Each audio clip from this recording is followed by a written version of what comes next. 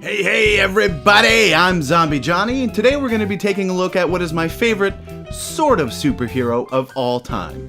This is Hellboy. Hellboy is written and illustrated by Mignola and published by Dark Horse Comics. Most people who read comics have a favorite superhero. There's Spider-Man, Wonder Woman, Batman, Superman, Iron Man, Power Girl, the Hulk, and Aquaman. If you like Aquaman, what the fuck is wrong with you? I, on the other hand, don't like any of the quote-unquote conventional superheroes, except Batman, because Batman's a badass. I myself prefer Hellboy. Hellboy isn't exactly what you call the conventional superhero, but he isn't quite an anti-hero either. He is born of hell and came to Earth via a portal created by the Nazis during World War II. The American Allied forces stopped the Nazis from their strange and occult experiments and stumbled upon a satanic ritual to bring demons into the world. Thus, Hellboy was born in a blaze of glory in front of the Allied forces and then taken home to America. Hellboy was raised by Professor Bloom, then due to an unfortunate frog circumstance, he was murdered. After Bloom's death, the Bureau for Paranormal Research and Defense, or the BPRD for short, continued their operations in defending the Earth from the paranormal world. Thus begins the real adventure of Hellboy.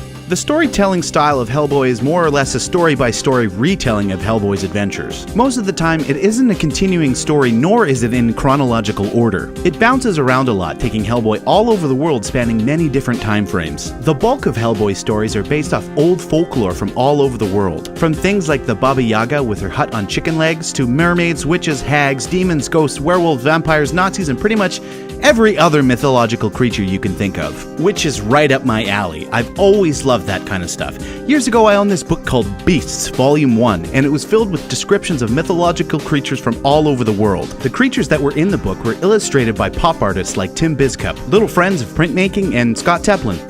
I don't know, I was just throwing some names out there. Maybe some of you know who these people are, but Tim Biscup was really the only name that I knew. This book was like an encyclopedia for creatures, and some of those creatures were actually in Hellboy. I don't know why I decided to sell this book to a used comic book store.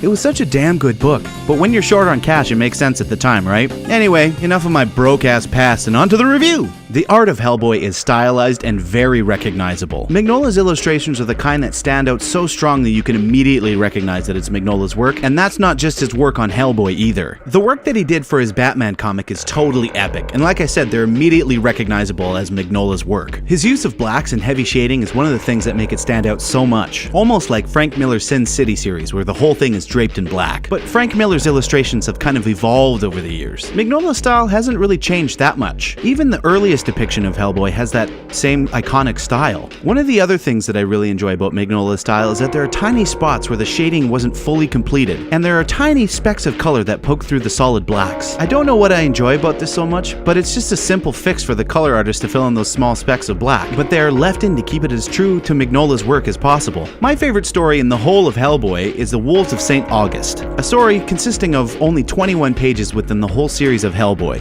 It's about a mass killing in a tiny village in Europe. Hellboy begins to investigate the killings and soon finds that the village is populated with werewolves. One of my favorite things about the story is how Mignola depicts the werewolves. They all seem to be quite tortured. The story has quite possibly the most epic werewolf transformation I've ever seen, other than the 1981 film American Werewolf in London. At the back of every Hellboy graphic novel is a collection of sketches and character development illustrations. Pretty much every time I bought the comics, I would head straight to the last few pages to check out the sketches in the back. I really love things like this. It gives you a chance to look inside the development of the stories and characters. Like I had stated earlier, Hellboy isn't exactly a conventional superhero, but in many ways he's just like any other superhero. He has super strength and accelerated healing. He can speak many languages of the mythological creatures. Kind of a blend of Superman, Wolverine, and Aquaman. Once again, there I go bringing up Aquaman like someone cares. My real first exposure to Hellboy was the Hellboy movie starring Ron Perlman. I absolutely adore this movie, and it got me hooked on Guillermo del Toro films as well. The second film, Hellboy and the Golden Army, was a damn fine film. The mix between del Toro's designs and Mignola's character is an amazing combination. I wish that they had continued working on projects together, whether it be Hellboy-related projects or creating something new together. I can recall Del Toro saying when he worked on his 1997 film Mimic that he would wait outside the comic book store until it opened, and buy the latest issue of Hellboy whenever they came out. He was so influenced by Hellboy that he was trying to replicate Mignola's use of heavy blacks and shading in his film. It's probably why the Hellboy film turned out so great. Having Del Toro be a huge fan of Mignola's work makes it even more of a passion project than just another film. When I started collecting the series, I was buying graphic novels as they came out. Hellboy is collected into 12 graphic novel books as well as collected into 6 absolutely stunning library editions. These books are so damn nice that I seriously don't like opening them. I only have the first 3 of them, but I will complete my collection in the near future. I fell in love with Mike Mignola's work and the comic books through my introduction with the Hellboy films. Now there is going to be a new Hellboy film starring Stranger Things' David Harbour as Hellboy. From what I've seen from the trailer, it looks pretty good, and I'm excited to see it, so I hope that the film turns out good. Kinda disappointed that Del Toro isn't directing and Ron Perlman isn't reprising his role as Hellboy, but I'm hopeful that it will be good. There is plenty of other media out there as well. There are Hellboy novels and animated films.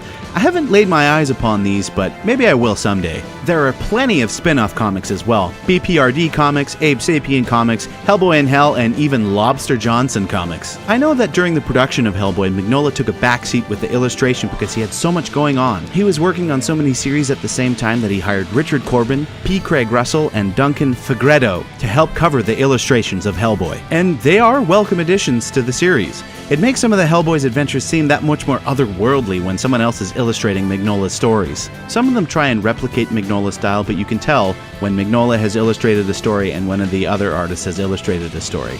Anyway, overall, Hellboy is an out-of-this-world series and by far my favorite superhero series.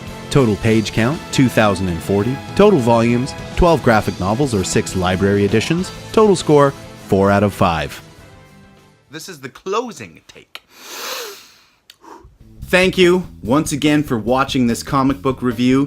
Hellboy happens to be one of my favorite superheroes, favorite superhero style series of all time. Now, this comic book in general was very difficult to photograph and actually get good pieces to present for the video because it is in full color, so everything is very beautifully done, but the problem is that the pages are glossy, so trying to get the right angle to juggling the right angle to get the right lighting so that it was flat on this glossy paper was actually very difficult to do. So I did this for you people. I struggled. I had a very hard time trying to get this review done. Now, there are a lot of things happening. I have 3 new reviews going. They're all going on at the same time. And they happen to all be based around films. 2 of them are from the same creator. I'll let you try and guess. It's going to be a tough one though, but the other one is another fun and exciting film and comic book. So, look forward to that. We got a lot more in store for the comic book and manga review series. I'm ZombieJohnny, and I love you all. You're beautiful people. Peace.